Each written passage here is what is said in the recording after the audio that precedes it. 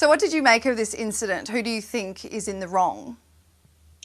Well, I think there's a couple of things going on. The first is obviously the attitude of the tour group who kind of took that kind of CCP authoritarian view and kind of more or less transplanted it into another country, full scale. That was one thing. But I think the bigger thing that drew my attention was really the response of the authorities, the British police in particular, and also the way the CCP people weaponized the racism charge. So to me, that the response of the police and the way the CCP narrated it very much sort of showed you how central what John McWhorter calls the religion of anti-racism, the fact this is such a sacred taboo in Western societies, means it's something that Chinese communists can weaponize, and it's also something that the police will run scared of. And I think that's really what came out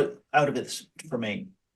Do you think there was any provocation from Brendan Kavanagh, as some on social media have claimed?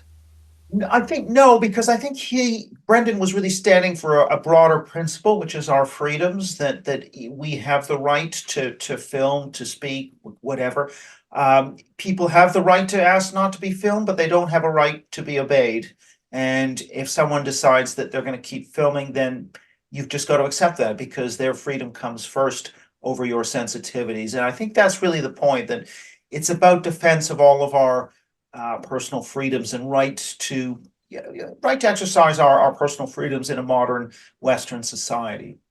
Why do you think the police seem to have taken the side of the Chinese group? Well, I think what you see is a kind of confluence of CCP authoritarianism and the kind of progressive illiberalism, which says that people being offended, various kinds of sensitivities are more important than freedom of speech. It's a question of which do you value more.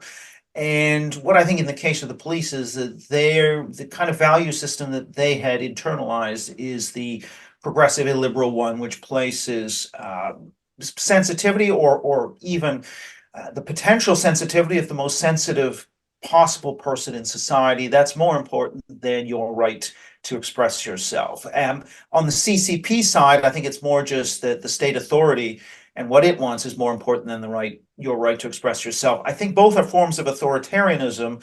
One comes from the state, and the other, in the British case, I think comes from a progressive ideology, which I would call woke, and I think that's an accurate term, which permeates institutions, is driven by activists within institutions.